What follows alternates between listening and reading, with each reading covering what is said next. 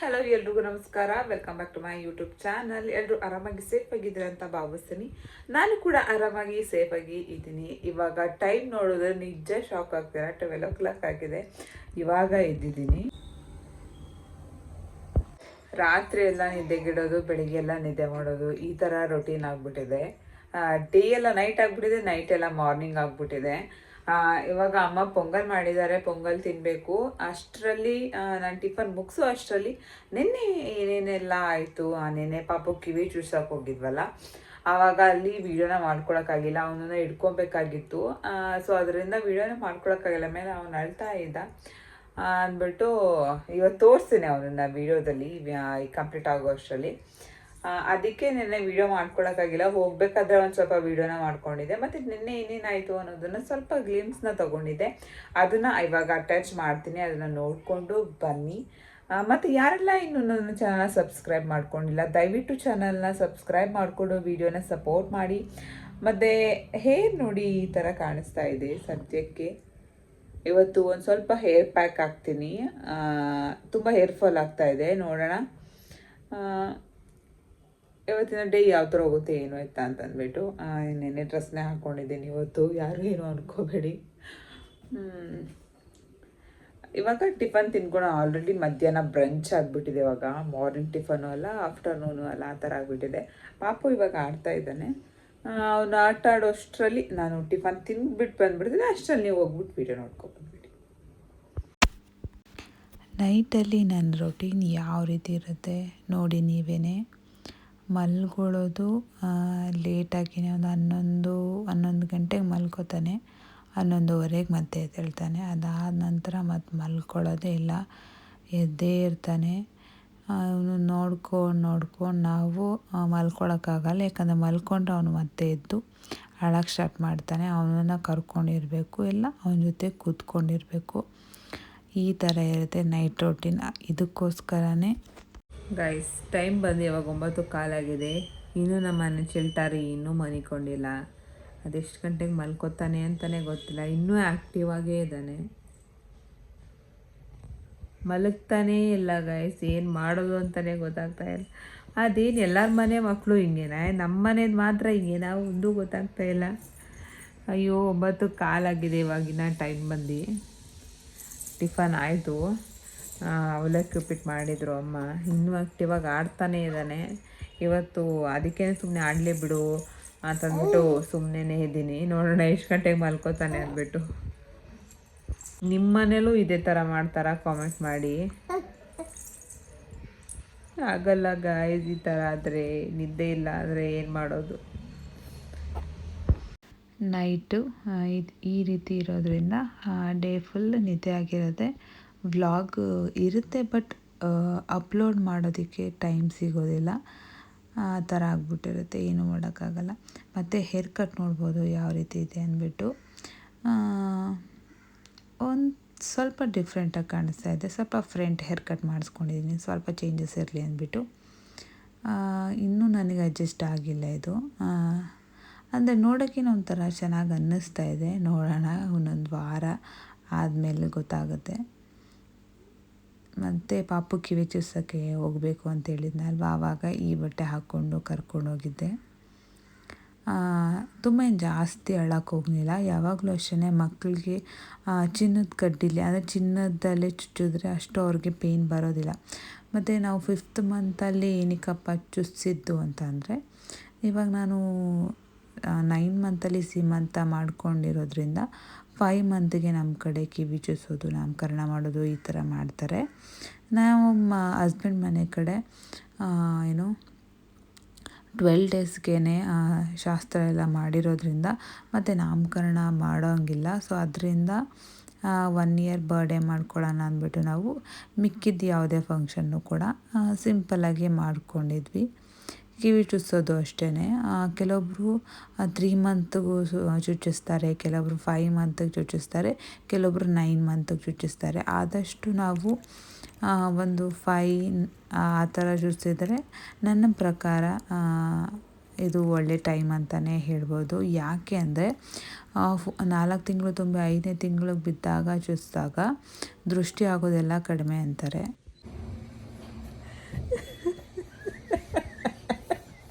ಇನ್ನೊಂದ್ಸಲ ತೆಗಿ ನೋಡ, ತೆಗ್ದು ಬಟ್ಟೆ ತೆಗಿ ನೋಡ ಒಂದೇ.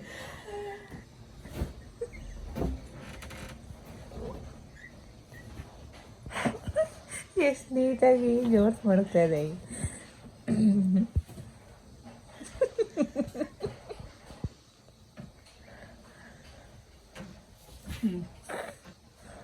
ಜೋಡ್ಸ್ ಮಾಡ್ಕೊ, ನೋಡಿ ಕಲಿಬೇಕು ಕಣಮ್ಮ. ಎಷ್ಟು ಚೆನ್ನಾಗಿ ಜೋಡ್ಸ್ ಮಾಡುತ್ತಾರೆ ಎಲ್ಲ ಇಕ್ಕಳಬಿಟ್ಟು ಒಳಕ್ಕೆ.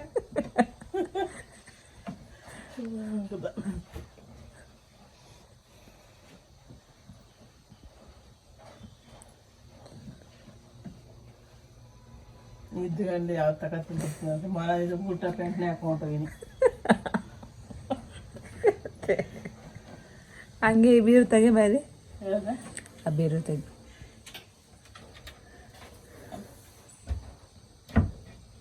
ಅಲ್ಲಿರೋ ಬಟ್ಟೆಗಳು ನೋಡಕ್ಕೆ ಇಲ್ಲ ಕಣ ತೆಗೆ.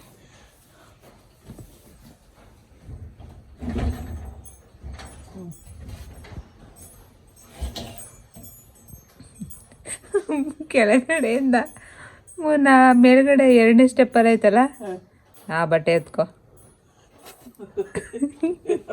ಇದ್ಲೆಲ್ಲ ಕಣಮ್ಮ ಆ ಮೇಲ್ಗಡೆ, ಯಾವ ಬಟ್ಟೆ? ಅಲ್ಲಿ ಮೇಲ್ಗಡೆ ಗ್ರೀನ್ ಕಲರ್ ಕಾಣಿಸ್ತೈತಲ್ಲ, ಯಾರ್ದದು? ಅದು ಎತ್ಕೊ ಅಂದೆ. ಅದೇನದು? ಬಟ್ಟೆ ಹೊಸದ್ ಕಣಮ್ಮ ಅದು. ಪ್ಯಾಂಟ? ಹಿಂಗೆ ಸಣ್ಣ ಪ್ಯಾಂಟ್ ಅರ್ದೈತವಲ್ಲ, ಅದಕ್ಕೆ ಆರ್ಡ್ರ್ ಮಾಡಿದ್ದೀನಿ ಕಣ, ಎತ್ಕೊ. ಹೇಳಕ್ಕೆ ಆಗಲ್ಲ.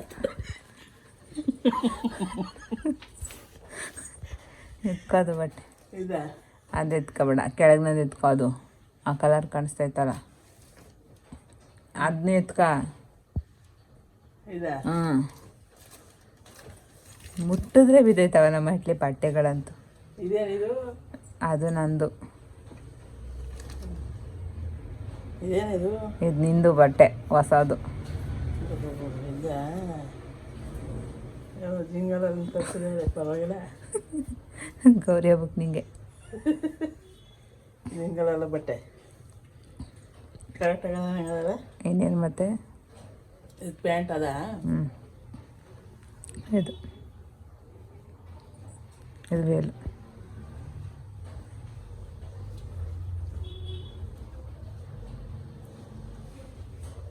ಇದೇನು ಬಡಾರ ನನಗೆ ಬಡಾರ ಮ್ಯಾಚ್ ಆದ? ಆಹಾ, ಮ್ಯಾಚ್ ಆದ ಅಂತ ಕೇಳ್ತೀಯಮ್ಮ. ಎರಡು ಎಲ್ಲ ಒಟ್ಟಿಗೆ ಬಂದಿರೋವು. ಇಲ್ಲೇ ಮಾಡ್ತೀನಿ ನೀಟಾಗಿ ಮುಚ್ಚು. ಮಕ್ಕಳಿಗೆ ದೃಷ್ಟಿ ಆಗೋದು ಕಡಿಮೆ ಆಗುತ್ತೆ ಅಂತಂದ್ಬಿಟ್ಟು 5 ಮಂತಲ್ಲಿ ಚುಚ್ಸೋದು. ಏಕೆಂದರೆ ಇವಾಗ ಪೀರಿಯಡ್ಸ್ ಆಗಿರೋರು ಅವರು ಇವರು ಮಾತಾಡಿಸ್ತಾರಲ್ವ, ಆ ಥರ ಆದ್ರೂ ಅದು ಪಾಪುಗೆ ತಗಲೋದಿಲ್ಲ. ಸೊ ಅದರಿಂದ ನಾವು 5 ಮಂತಲ್ಲಿ ನಾವು ಚುಚ್ಚಿಸ್ತೀವಿ. ಇದು ಎಷ್ಟು ಜನಕ್ಕೆ ಗೊತ್ತು ಕಾಮೆಂಟ್ ಮಾಡಿ. ನಮ್ಮ ಕಡೆ ಇದೇ ಥರ ಮಾಡೋದು. ಮತ್ತು ಏನು ಜಾಸ್ತಿ ತಿಂಗಳುಗಳು ಕಳೀತಾ ಮಕ್ಕಳು ಗೊತ್ತಾಗ್ಬಿಡುತ್ತೆ ಕಿವಿ ಟಚ್ ಮಾಡ್ಕೊಳ್ಳೋದೆಲ್ಲ. ಸೊ ಈ ಟೈಮಲ್ಲಿ ಅವನಿಗೆ ಕಿವಿ ಮುಟ್ಟೋದು ಗೊತ್ತಾಗಲ್ಲ. ನೋವಿದ್ರೂ ಅವನಿಗೆ ಮುಟ್ಟೋದಿಲ್ಲ. ದೊಡ್ಡವರಾದರೆ ಎಳೆದು ಬಿಡೋದು ಈ ಥರ ಎಲ್ಲ ಮಾಡ್ತಾರೆ. ಸೊ ಅದರಿಂದ ಇದು ಬೆಸ್ಟ್ ಅಂತಲೇ ಹೇಳ್ಬೋದು. ನೀವೆಲ್ಲ ಯಾವ ಒಂದು ಮಂತಲ್ಲಿ ಮಕ್ಕಳಿಗೆ ಕಿವಿನ ಚುಚ್ಚಿಸ್ತೀರಾ ಕಾಮೆಂಟ್ ಮಾಡಿ. ಮತ್ತು ಫಸ್ಟ್ ಕ್ರೈಯಿಂದ ಮತ್ತೆ ಬಟ್ಟೆನ ತರಿಸ್ಕೊಂಡಿದ್ದೆ ಪಾಪುಗೆ ಅಂದ್ಬಿಟ್ಟು. ಅದು ತುಂಬಾ ಚೆನ್ನಾಗಿರುತ್ತೆ. ಕ್ವಾಲಿಟಿ ಎಲ್ಲ ಡೈಲಿ ಯೂಸ್ಗೆಲ್ಲ ಆರಾಮ್ಸೆ ಯೂಸ್ ಮಾಡ್ಬೋದು. ನನಗಂತೂ ಸಖತ್ತು ಇಷ್ಟ ಆಗುತ್ತೆ ಫಸ್ಟ್ ಕ್ರೈಯಲ್ಲಿ ಬಟ್ಟೆಗಳೆಲ್ಲ. ನಾನು ಇವಾಗ ಒಂದು 3-4 ಸರಿ ತರಿಸ್ಕೊಂಡಿದ್ದೀನಿ. ಒಂದು 3-4 ಪೇರ್ನೇ ತರಿಸ್ಕೊಂಡಿದ್ದೀನಿ. ಆ್ಯಕ್ಚುಲಿ ಎಲ್ಲ ಬಟ್ಟೆಗಳು ಚೆನ್ನಾಗಿ ಬಂದಿದೆ. ಕ್ವಾಲಿಟಿನೂ ಅಷ್ಟೇ. ಮೇಯ್ನು ಫಸ್ಟ್ ಕ್ರೈಯಲ್ಲಿ ಕ್ವಾಲಿಟಿ ತುಂಬಾ ಚೆನ್ನಾಗಿರುತ್ತೆ. ಅದರಿಂದ ಫಸ್ಟ್ ಕ್ರೈ ನನಗಿಷ್ಟ ಆಗುತ್ತೆ. ನೀವು ಒಂದು ಸಲ ಟ್ರೈ ಮಾಡಿ ನೋಡಿ. ಆಮೇಲೆ ಡೈಲಿ ಪರ್ಪಸ್ಗೋಸ್ಕರ 89 ರುಪೀಸು, 90 ರುಪೀಸು ಈ ಥರ ಎಲ್ಲ ಟೀ ಶರ್ಟ್ಗಳೆಲ್ಲ ಸಿಗುತ್ತೆ. ಅದನ್ನು ಕೂಡ ತುಂಬಾ ಚೆನ್ನಾಗಿರುತ್ತೆ. ಆ ಥರದ್ದೇನಾದರೂ ನಿಮ್ಗೆ ಲಿಂಕ್ ಬೇಕು ಆ ಥರ ಟೀ ಶರ್ಟ್ಗಳದ್ದು ಅಂತಂದರೆ ನನಗೆ ಕಾಮೆಂಟ್ ಮಾಡಿ. ಮತ್ತು ನಾರ್ಮಲಾಗಿ ಇವಾಗ ಒಂದು ಟೀ ಶರ್ಟು ಮತ್ತು ಪ್ಯಾಂಟು ಇದೆಲ್ಲ ಸೇರಿದರೆ ಒಂದು 250-300 ರುಪೀಸ್ ಒಳಗಡೆ ನಮಗೆ ಒಂದು ಫುಲ್ ಸೆಟ್ ಸಿಕ್ಬಿಡುತ್ತೆ. ಬಟ್ ಕ್ವಾಲಿಟಿ ಚೆನ್ನಾಗಿರೋದ್ರಿಂದ ನಾವು ಅಷ್ಟಾದರೂ ಕೊಡಲೇಬೇಕಲ್ವ, ಅದಕ್ಕಿಂತ ಕಡಿಮೆ ತೊಗೊಳ್ಳೋದು ಮತ್ತು ಅದು ಬಟ್ಟೆ ಎಲ್ಲ ಚೆನ್ನಾಗಿರೋದಿಲ್ಲ, ಮತ್ತು ಇನ್ನೊಂದು ಸಲ ತೊಗೊಳ್ಳೋದು ಈ ಥರದ್ದಕ್ಕಿಂತ ತೊಗೋತಾ ಒಂದು 100-200 ಜಾಸ್ತಿ ಆದ್ರೂ ಸ್ವಲ್ಪ ಚೆನ್ನಾಗಿರೋದು ತೊಗೊಂಡ್ರೆ ಒಳ್ಳೆಯದು ಅಂತ ನನ್ನ ಒಂದು ಅಭಿಪ್ರಾಯ. ಮತ್ತು ಸೀರೆನ ಆನ್ಲೈನಲ್ಲಿ ತರಿಸ್ಕೊಂಡಿದ್ದೆ. ಈ ಕಲರ್ ನನ್ನ ಹತ್ರ ಇರಲಿಲ್ಲ ಅಂದ್ಬಿಟ್ಟು ನಾನು ಈ ಕಲರ್ನ ನಾನು ತರಿಸ್ಕೊಂಡಿದ್ದೆ. ಕ್ವಾಲಿಟಿ ಎಲ್ಲ ಓಕೆ ಪರವಾಗಿಲ್ಲ. ನನಗೆ ಇನ್ನೂ ಸ್ವಲ್ಪ ಚೆನ್ನಾಗಿದ್ದರೆ ಬೆಟರ್ ಇರ್ತಾಯಿತ್ತು. ಬಟ್ ಆನ್ಲೈನಲ್ಲಿ ತರಿಸಿರೋದ್ರಿಂದ ಪರವಾಗಿಲ್ಲ. ಇದರ ಬ್ಲೌಸು ಕೂಡ ಸ್ಟಿಚ್ ಮಾಡಿಸ್ಕೊಬೇಕು. ಮತ್ತು ಇವಾಗ ಹಬ್ಬ ಇರೋದ್ರಿಂದ ಬೇಗ ಯಾವಾಗ ಸ್ಟಿಚ್ ಮಾಡ್ತಾರೆ ಅಂತ ಗೊತ್ತಿಲ್ಲ. ಸೊ ಆದಷ್ಟು ಬೇಗ ಕೊಟ್ಟು ಸ್ವಲ್ಪ ಪ್ಲೇನಾಗಿ ಸ್ಟಿಚ್ ಮಾಡಿಸ್ಕೊಳ್ಳೋಣ ಅಂತಂದ್ಬಿಟ್ಟು ಅಂದ್ಕೊಂಡಿದ್ದೀನಿ.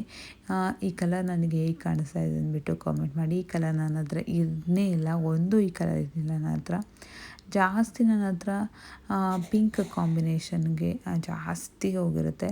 ನಾನು ಪಿಂಕ್ ತೊಗೋಬಾರ್ದು ಅಂದ್ಕೋತೀನಿ, ಬಟ್ ನಾನು ಹೆಂಗಾದರೂ ಮಾಡಿ ಅದು ಪಿಂಕೇ ಹೋಗ್ಬಿಟ್ಟಿರುತ್ತೆ. ಆದ್ರೂ ಲಾಸ್ಟ್ ಬಾರ್ಡರಲ್ಲಿ ಬೇಬಿ ಪಿಂಕ್ ಬಂದುಬಿಟ್ಟಿದೆ. ಬಟ್ ಅದು ರೆಡ್ ಇದೆಯಲ್ಲ, ಸೊ ಅದರಿಂದ ತೊಗೊಂಡಿದ್ದೆ. ಇದನ್ನ ಬ್ಲೌಸು ನಾನು ಯಾವ್ದಾರು ಸ್ಟಿಚ್ ಮಾಡಿಸ್ತೀನಿ ಅನ್ನೋದನ್ನು ನಿಮಗೆ ತೋರಿಸ್ಕೊಡ್ತೀನಿ. ತುಂಬ ಸಿಂಪಲ್ಲಾಗೆ ಮಾಡಿಸ್ಕೊತೀನಿ. ಡೆಕೋರ್ ಅಂದರೆ ಸ್ಟಿಚ್ ಎಂಬ್ರಾಯ್ಡಿಂಗ್ ಎಲ್ಲ ಅದೇನು ಮಾಡ್ಸೋಕ್ಕೆ ಹೋಗೋದಿಲ್ಲ. ಜಸ್ಟ್ ಪ್ಲೇನಾಗಿ ಇವಾಗೇನೋ ತುಂಬ ಫ್ಯಾಷನ್ನಾಗಿ ತುಂಬ ಯೂನಿಕ್ಕಾಗಿ ಬ್ಲೌಸ್ ಡಿಸೈನ್ಸ್ಗಳೆಲ್ಲ ಬಂದಿದೆ. ಅದರಲ್ಲಿ ಯಾವುದಾದ್ರೂ ನೋಡಿಬಿಟ್ಟು ಸ್ಟಿಚ್ ಮಾಡಿಸ್ಕೊಳ್ಳೋಣ ಅಂತ ಇದ್ದೀನಿ. ನೋಡೋಣ, ಒಂದೆರಡು ಸರ್ಚ್ ಮಾಡಿ ಇಕ್ಕಿದ್ದೀನಿ. ನಾಳೆ ರಶಲ್ಲಿ ಹೋಗಿ ಕೊಟ್ಟು ಸ್ವಲ್ಪ ಬೇಗನೆ ಇಸ್ಕೊಬೇಕು. ಇವಾಗ ಹಬ್ಬ ಇರೋದ್ರಿಂದ ಸಾಕಷ್ಟು ಬ್ಲೌಸ್ಗಳೆಲ್ಲ ಕೊಟ್ಬಿಟ್ಟಿರ್ತಾರೆ. ನೋಡೋಣ ಏನಾಗುತ್ತೆ ಅಂತಂದ್ಬಿಟ್ಟು ಗೊತ್ತಿಲ್ಲ. ಕಲರ್ ಯಾವ ಥರ ಇದೆ ಅಂದ್ಬಿಟ್ಟು ಕಾಮೆಂಟ್ ಮಾಡಿ. ಇವಾಗಂತೂ ಆನ್ಲೈನಲ್ಲಿ ಬರೀ ಸೀರೆಗಳ ಒಂದು ಸುರಿಮಳೆ ಅಂತಲೇ ಹೇಳ್ಬೋದು. ಎಲ್ಲರೂ ಆನ್ಲೈನ್ ಶಾಪಿಂಗ್ ಮತ್ತು ಆನ್ಲೈನ್ ಬಿಸ್ನೆಸ್ಗಳನ್ನ ಮಾಡ್ತಾಯಿದ್ದಾರೆ. ಸದ್ಯಕ್ಕೆ ನನಗೆ ಆ ಒಂದು ಪ್ಲ್ಯಾನ್ ಆ ಒಂದು ಥಾಟ್ ಬಂದಿದೆ. ಬಟ್ ಅದರಲ್ಲಿ ಯಾವ ಥರ ಪರ್ಚೇಸ್ ಮಾಡೋದು ಅದ್ರ ಬಗ್ಗೆ ಸ್ವಲ್ಪ ಡೀಟೇಲ್ ಅದೆಲ್ಲ ಗೊತ್ತಿಲ್ಲ. ಅದ್ರ ಬಗ್ಗೆ ತಿಳ್ಕೊಂಡು ಮಾಡೋಣ ಅಂತ ಮಾಡಲಾ ಬೇಡವಾ ಅನ್ನೋದೊಂದು ಯೋಚನೆ ಇದೆ. ಏಕೆಂದರೆ ಪಾಪು ಇರೋದ್ರಿಂದ ಸೊ ಕಷ್ಟ ಆಗುತ್ತೆ ಅಂದ್ಬಿಟ್ಟು. ಏಕೆಂದರೆ ಎಲ್ಲ ಮಕ್ಕಳು ಒಂದೇ ಥರ ಇರೋದಿಲ್ಲ. ಒಬ್ಬೊಬ್ಬರು ಮಕ್ಕಳು ಸೈಲೆಂಟಾಗಿರ್ತಾರೆ, ಒಬ್ಬೊಬ್ಬರು ಸ್ವಲ್ಪ ಕ್ರ್ಯಾಂಕಿ ಮಾಡ್ತಾ ಇರ್ತಾರೆ. ನನ್ನ ಮಗ ಸ್ವಲ್ಪ ಅಳೋದು ಈ ಥರ ಎಲ್ಲ ಮಾಡ್ತಾನಲ್ಲ, ಸೊ ಅದರಿಂದ ಇವನ್ನೇ ಕರ್ಕೊಳ್ಳೋದಾಗಿರುತ್ತೆ. ಇನ್ನು ಆ ಒಂದು ಸೀರೆ ಬಿಸ್ನೆಸ್ಗೆ ಹೋದರೆ ಸ್ವಲ್ಪ ಕಷ್ಟ ಆಗುತ್ತೆ ಅಂದ್ಬಿಟ್ಟು ನಾನು ಸುಮ್ಮನೆ ಇದ್ದೀನಿ. ನೋಡೋಣ ಫ್ಯೂಚರಲ್ಲಿ ಏನಾದರೂ ಸ್ಟಾರ್ಟ್ ಮಾಡ್ತೀನೋ ಇಲ್ವೋ ಅಂತಂದ್ಬಿಟ್ಟು. ಅಮ್ಮ ಬಟ್ಟೆ ಎಲ್ಲ ಮರ್ಚ್ತಾಯಿದ್ರು. ನಾನು ಸರಿ ಸೀರೆ ಆವಾಗ ತಾನೇ ಬಂತಲ್ಲ, ಸರಿ ಬ್ಲೌಸು ಕೊಟ್ಬಿಡೋಣ ಅಂದ್ಬಿಟ್ಟು ಸೀರೆನೆಲ್ಲ ಓಪನ್ ಮಾಡಿ ನೋಡ್ತಾ ಇದೆ ಯಾವ ಥರ ಇದೆ ಅಂತಂದ್ಬಿಟ್ಟು. ಹಲೋ ಫ್ರೆಂಡ್ಸ್, ಇವಾಗ ಸಾಯಂಕಾಲ ಊಟಕ್ಕೆ ನಾಗಾರ್ಜುನದಿಂದ ಫುಲ್ ಮೀಲ್ಸ್ನ ತರಿಸಿದ್ದೀನಿ. ನನಗಂತೂ ಸಖತ್ತು ಇಷ್ಟ. ನೀವು ಯಾರಾದರೂ ನಾಗಾರ್ಜುನದಲ್ಲಿ ಟ್ರೈ ಮಾಡಿಲ್ಲ ಅಂದರೆ ಒಂದ್ಸಲ ಹೋಗಿ ಟ್ರೈ ಮಾಡಿ. ಯಾರಾದರೂ ಟ್ರೈ ಮಾಡಿರೋರಿದ್ದರೆ ಕಾಮೆಂಟ್ ಮಾಡಿ ಟ್ರೈ ಮಾಡಿದ್ದೀನಿ ಅಂತ ಅಂದ್ಬಿಟ್ಟು. ತುಂಬಾ ಚೆನ್ನಾಗಿರುತ್ತೆ, ನನಗಂತೂ ಸಖತ್ ಇಷ್ಟ. ಮಧ್ಯಾಹ್ನ ಟೈಮ್ ಹೋಗಿ ಟ್ರೈ ಮಾಡಿ, ಇವಾಗ ಈವ್ನಿಂಗ್ ಟೈಮ್ ಹೋಗಿ ಟ್ರೈ ಮಾಡಬೇಡಿ. ಇವಾಗ ಬಂದಿರಿ, ಏನೇನು ಬಂದಿದೆ, ಏನೇನಿದೆ, ಏನೇನು ಕೊಟ್ಟು ಕಳಿಸಿದ್ದಾರೆ ಅಂತ ನಿಮಗೂ ಕೂಡ ತೋರಿಸ್ಕೊಡ್ತೀನಿ. ಇದೊಂದು 2 to 3 ಮೆಂಬರ್ಸ್ ತಿನ್ಬೋದು. ಏನಮ್ಮ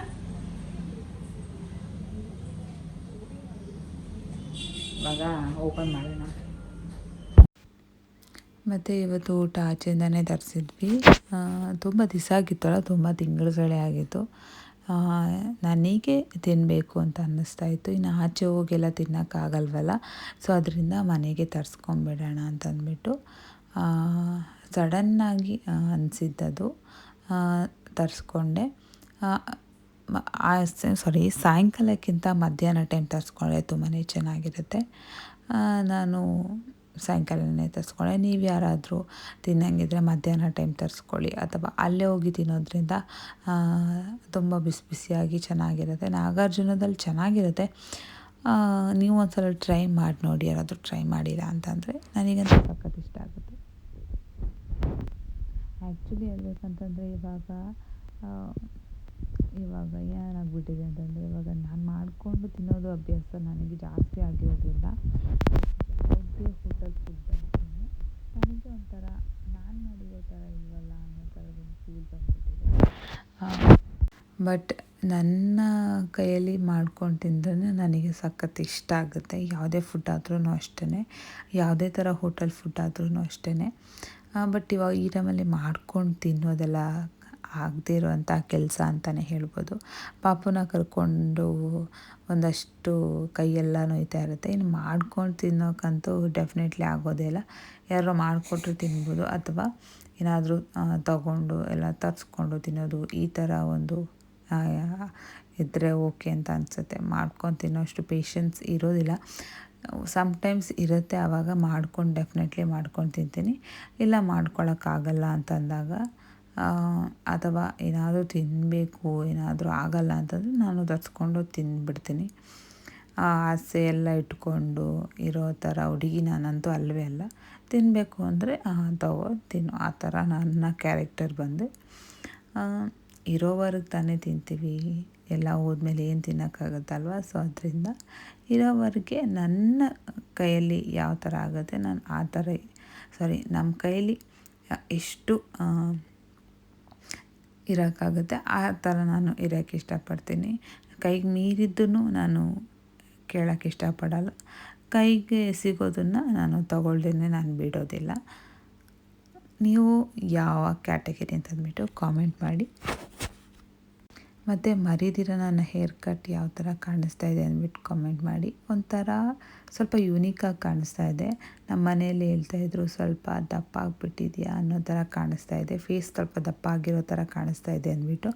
ಆ್ಯಕ್ಚುಲಿ ಅದು ಫೇಸ್ ದಪ್ಪ ಆಗಿಲ್ಲ, ಹೇರ್ ಕಟ್ ಮಾಡಿಸಿರೋದ್ರಿಂದ ಸ್ವಲ್ಪ ಚೇಂಜಸ್ ಕಾಣಿಸುತ್ತೆ. ಮತ್ತು ನಮ್ಮ ಫೇಸಿಗೆ ಅದು ಅಡ್ಜಸ್ಟ್ ಆಗಬೇಕು. ಯಾವುದೇ ಹೇರ್ ಕಟ್ ಆದ್ರೂ ಅಷ್ಟೇ, ಅದು ನಮ್ಗೆ ಸೂಟ್ ಆಗೋ ತನಕ ಒಂದು ಸ್ವಲ್ಪ ಡಿಫ್ರೆಂಟಾಗಿ ಕಾಣಿಸ್ತಾ ಇರುತ್ತೆ ಫೇಸ್ ಅಷ್ಟೇ. ಅದು ಬಿಟ್ಟರೆ ಬೇರೆ ಇನ್ನೇನೂ ಇಲ್ಲ. ಸೊ ಎಲ್ಲನೂ ಪ್ಯಾಕ್ ಮಾಡಿ, ನನಗೆ ಮೇಯ್ನ್ ಏನಂತಂದರೆ ಇದರಲ್ಲಿ ಚಟ್ನಿ ಪುಡಿ ಮತ್ತು ಗೀ ಸಖತ್ ಇಷ್ಟ ಆಗುತ್ತೆ, ಮತ್ತು ದಾಲ್ ಇಷ್ಟ ಆಗುತ್ತೆ. ಇದೆರಡು ಕೂಡ ಕಾಂಬಿನೇಷನ್ ನನಗೆ ಸಖತ್ ಇಷ್ಟ. ಅದಕ್ಕೋಸ್ಕರನೇ ನಾನು ಇದರಲ್ಲಿ ಊಟ ತರಿಸೋದು. ಬೇರೆ ಈ ರಸಮ್ಮು ಸಾಂಬಾರು ಅದೆಲ್ಲ ಕಾಮನ್ ಆಗಿರುತ್ತೆ, ನಾರ್ಮಲ್ ಆಗಿರುತ್ತೆ. ಅದರಿಂದ ಇದು ಎರಡೇ ನನಗೆ ತುಂಬ ಅಂದರೆ ತುಂಬ ಇಷ್ಟ. ಮತ್ತು ಮಜ್ಜಿಗೆ ಮೆಣಸಿನ್ಕಾಯಿ ಇದನ್ನು ಮನೆಯಲ್ಲೇ ಮಾಡ್ಕೋಬೋದು, ಬಟ್ ಪ್ರೊಸೆಸಿಂಗ್ ಸ್ವಲ್ಪ ಜಾಸ್ತಿ ಇರುತ್ತೆ. ಅದರಿಂದ ಮಾಡ್ಕೊಳ್ಳೋಕೆ ಕಷ್ಟ ಅಷ್ಟೇ. ನೋಡೋಣ, ಯಾವಾಗಾದರೂ ಒಂದು ಸಲ ಟೈಮ್ ಸಿಕ್ಕಿದಾಗ ಇದರ ಆಂಧ್ರ ಫುಲ್ ಮೀಲ್ನ ನಾನು ಮನೆಯಲ್ಲೇ ಪ್ರಿಪೇರ್ ಮಾಡಬೇಕು ಅಂತ ಅಂದ್ಕೊಂಡಿದ್ದೀನಿ. ಆವಾಗ ಟ್ರೈ ಮಾಡ್ತೀನಲ್ಲ, ಅವಾಗ ಡೆಫಿನೆಟ್ಲಿ ನಿಮಗೆ ತೋರಿಸಿರ್ತೀನಿ. ನಿಮಗೆ ಈ ಥರ ಆಂಧ್ರ ಸ್ಟೈಲಲ್ಲಿ ಸ್ವಲ್ಪ ಹುಳಿಯಾಗಿ ಪಪ್ಪು ನೀವು ಮಾಡ್ತೀರಾ ಏನು ಅಂತಂದ್ಬಿಟ್ಟು ಕಾಮೆಂಟ್ ಮಾಡಿ.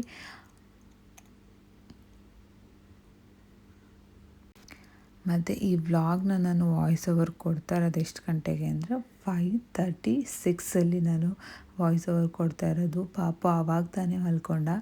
ಸರಿ ನೆಕ್ಸ್ಟ್ ಡೇ ವ್ಲಾಗ್ನ ಅಪ್ಲೋಡ್ ಮಾಡಬೇಕಿತ್ತಲ್ಲ, ಸರಿ ಇವಾಗಲೇ ವಾಯ್ಸ್ ಓವರ್ ಕೊಟ್ಬಿಟ್ಟು ಅಪ್ಲೋಡ್ಗೆ ಇಟ್ಬಿಡೋಣ, ಅದು ನಿಧಾನಕ್ಕಾಗುತ್ತೆ. ಇಲ್ಲಾಂದರೆ ಮತ್ತೆ ಅವತ್ತು ಮಿಸ್ ಆಗಿಬಿಡುತ್ತೆ ಅಪ್ಡೇಟ್ ಮಾಡೋದು ಅಪ್ಲೋಡ್ ಮಾಡೋದು ಅಂದ್ಬಿಟ್ಟು ವಾಯ್ಸ್ ಓವರ್ನ ಕೊಡ್ತಾಯಿದ್ದೀನಿ. ಸ್ವಲ್ಪ ವಾಯ್ಸು ಚಿಕ್ಕದಾಗಿ ಬರ್ತಾಯಿದೆ, ಯಾಕಂದರೆ ಪಾಪ ಮಲ್ಕೊಂಡಿದ್ದಾನಲ್ಲ ಅದರಿಂದ. ಇಲ್ಲಾಂದರೆ ಮತ್ತೆ ಅವ್ನು ಎದ್ಬಿಟ್ರೆ ಮತ್ತೇನು ಮಲಗ್ಸೋದು ತುಂಬ ಕಷ್ಟ ಅಂದ್ಬಿಟ್ಟು ಇವಾಗಂತೂ ಆಟ ಆಡೋದನ್ನು ಕಲಿತ್ಬಿಟ್ಟು ಮಲ್ಕೊಳ್ಳೋದೇ ಇಲ್ಲ ಅಂತಾನೆ, ಆಟ ಆಡ್ತಾನೆ ಮತ್ತು ತುಂಬ ಜೋರು ಮಾಡ್ತಾನೆ. ಈ ಥರ ಎಲ್ಲ ಆಟಗಳಾಗ್ಬಿಟ್ಟಿದೆ ಅವನು. ನೋಡೋಕ್ಕೊಂಥರ ಚೆಂದ, ಬಟ್ ಆದರೆ ನಿದ್ದೆಗೆಟ್ಕೊಂಡು ಇರೋಕ್ಕಾಗೋದಿಲ್ಲ, ಕಷ್ಟ ಆಗುತ್ತೆ. ಮತ್ತು ವಿಡಿಯೋ ಇಷ್ಟ ಆಗಿದ್ರೆ ಪ್ಲೀಸ್ ಲೈಕ್, ಶೇರ್, ಕಮೆಂಟ್ ಮಾಡಿ, ಸಬ್ಸ್ಕ್ರೈಬ್ ಮಾಡಿಕೊಂಡು ಸಪೋರ್ಟ್ ಮಾಡಿ. ಬೇಗ ಸಬ್ಸ್ಕ್ರೈಬ್